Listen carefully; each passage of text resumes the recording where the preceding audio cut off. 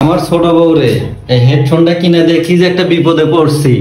মানে হেডফোন লাগায়া কাম করে, হেডফোন লাগায়া আচ্ছা জানি তো, শোনো না, এর লেগে তো কইতাছি। বিশ্বাস করবে না, একদিন সকালে ওর হচ্ছে বাজারে গেছি, বাজার থেকে এসে এই যে দরজার ভিতরে বাইরে হইতেছি, মানে আধা ঘন্টা খালি বাইরে হইছি, তাও সে কানেই শুনে না, হেডফোন লাগাই সে আরামসে শুয়ে রয়েছে। অথচ আমি আর কাকুলি না হইলো বাইরে আধা ঘন্টা দাঁড়ায় আসছিলাম, এই যে ইয়ে করতেছি, মানে আশেপাশের মানুষ, আশেপাশের বিল্ডিং এর মানুষ সব ঘুম থেকে জেগে গেছে, কিন্তু ও শোনে না। পরে কি মনে করে দরজাটা খুলছে যে না ওরা তো বাইরে গেছে, যদি এসে দরজা বাইরে আমি তো শুনবো না, দরজাটা খুলা দেয়, আমরা দাঁড়ায় রয়েছি। তাহলে কোন মানে হেডফোন কিনা দিয়েও বিপদে পড়ছি। সারাদিন কানে লাগায় গান শুনে, দেন কানে লাগায় শাক বাজতেছে, টয়লেটে গেলেও কানে লাগায় যায়, বয়ে বয়ে টয়লেট পায়খানা করে আর ইয়ে করে গান শুনে।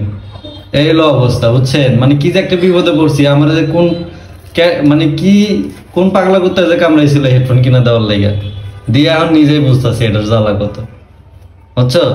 আর এই যে দেখেন কথা কইতেছি, দেখেন কেমন চালাক, ফোনটা অফ করে রাখছে, শুনতেছে আমি কি কি কই, আবার উল্টা পাল্টা কিছু কই কিনা, দেখছেন? এই লগে শয়তানি পেয়েছে।